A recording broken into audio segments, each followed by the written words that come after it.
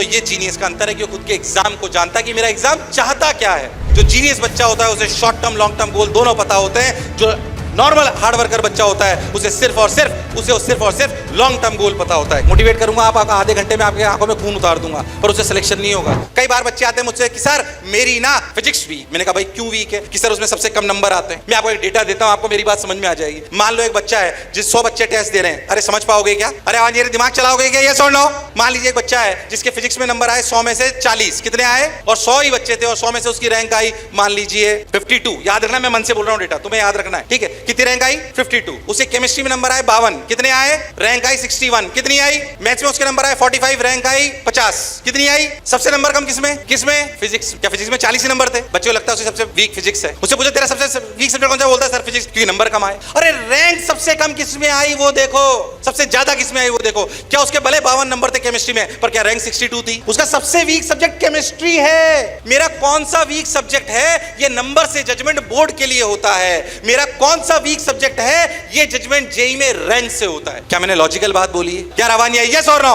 अरे यस और नो? तो अगर तुझे तेरा कौन सा सब्जेक्ट वीक है जज कैसे करेगा? नंबर से कि रैंक से? क्योंकि रैंक से ही कॉलेज मिलने वाला है भाई साहब। किससे कॉलेज मिलेगा? रैंक से। याद रखना। मैं आपको अच्छा एक और बात बताता हूं, मैं आप ध्यान से सुनना, आपको एग्जांपल लेके बताता हूं। फिर आज मैं मोटिवेशन का स्ट्रेटेजी पे ज्यादा बात करता हूं, आप ध्यान सुनो और तुम्हारे मिथ तोड़ूंगा पुराने बहुत सारे। पहली बात मैं मिथ तोड़ चुका हूं। क्या ये थ्योरी का एग्जाम है कि सवाल का? घर जाके 4 घंटे थ्योरी पढ़ने की जरूरत, 7 से 8 घंटे 70 से 80 सवाल आपको रोज करने आने। ये एग्जाम थ्योरी का है कि सवालों का? सवालों का एग्जामिनेशन है। मैं अपना कौन सा वीक सब्जेक्ट है कैसे जज करूंगा? नंबर से कि रैंक से? अच्छा मैं आपसे बोलूं कि मान लीजिए बेटा आप दोनों का क्या नाम है? हाँ अनुजा। प्रतिमा और अनुजा 2 लड़कियां हैं। प्रतिमा और अनुजा ने बोर्ड दिए। क्या दिए? बोर्ड दिए। 5 नंबर के बोर्ड में सवाल आते हैं। मान लीजिए 42 नंबर का 5 नंबर का सवाल था, प्रतिमा ने छोड़ दिया, और दूसरा अनुजा ने दूसरा सवाल था 43 नंबर का 5 नंबर का, वो भी इसने छोड़ दिया। क्या दोनों का 5-5 नंबर का लॉस हुआ? अरे कितने का हुआ? इन दोनों ने जेईई मेन की तैयारी करी साहब। किसकी तैयारी करी? जेईई मेन की। जेईई मेन में क्या सही करने पे 4 नंबर मिलते हैं, गलत करने पे -1 साहब। ठीक है, प्रतिमा जी ने एक सवाल करा 41 नंबर का, उन्होंने अटेम्प्ट करा पर गलत हो गया। अनुजा जी ने 47 नंबर का सवाल करा, अटेम्प्ट करा और वो गलत हो गया। क्या दोनों के नंबर को लॉस हुआ? 5। कितना लॉस हुआ? कितना हुआ? क्या लॉस बराबर है?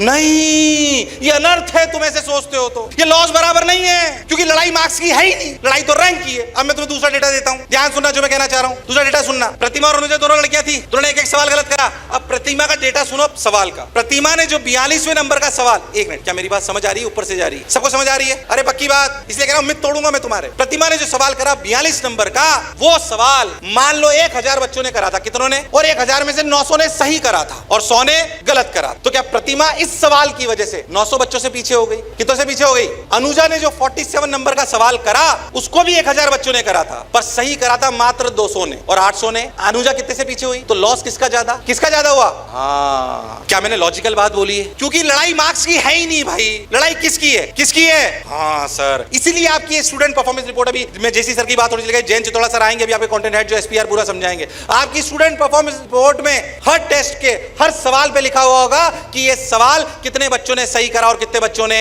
गलत करा। जितने बच्चों ने सही करा, अगर आपने जो सवाल गलत करा वो 50% बच्चों से ज्यादा ने सही करा है, तो खुद का कान पकड़ लेना जोर से, क्योंकि जो सवाल 50% से ज्यादा बच्चे सही कर चुके हैं वो हमारा गलत हो जाए ऐसा संभव, क्योंकि लड़ाई मार्क्स की रैंक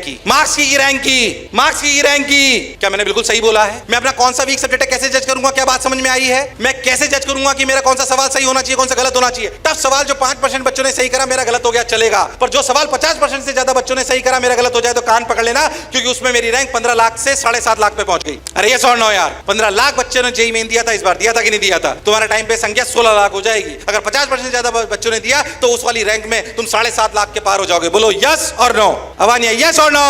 तो ये जीनियस का अंतर है कि वो खुद के एग्जाम को जानता है कि मेरा एग्जाम चाहता क्या है, और जो नॉर्मल हार्ड वर्कर है वो वैसे ही पढ़ता रहता है जैसे उसे पढ़ना है। जो जीनियस बच्चा होता है उसे short term long term goal clear होते हैं, कि शॉर्ट टर्म गोल कि आज और कल में मैं 140 सवाल निपटाऊंगा इन चैप्टर के, ये शॉर्ट टर्म गोल है। मैं आपसे पूछूं आप सबका गोल क्या है? तो लॉन्ग टर्म गोल तो सबको पता है कि जेईई 2026 2026, यस और नो? अरे तो सबका गोल है, कल का क्या गोल है बताइए? जो जीनियस बच्चा होता है उसे short term long term goal दोनों पता होते हैं। जो नॉर्मल हार्ड वर्कर बच्चा होता है उसे सिर्फ और सिर्फ लॉन्ग टर्म गोल पता होता है। क्या मेरी बात क्लियर है? क्या दोनों अंतर समझ में आए जीनियस और हार्ड वर्कर में? यस और नो? अरे आवाज नहीं आ रही, यस और नो?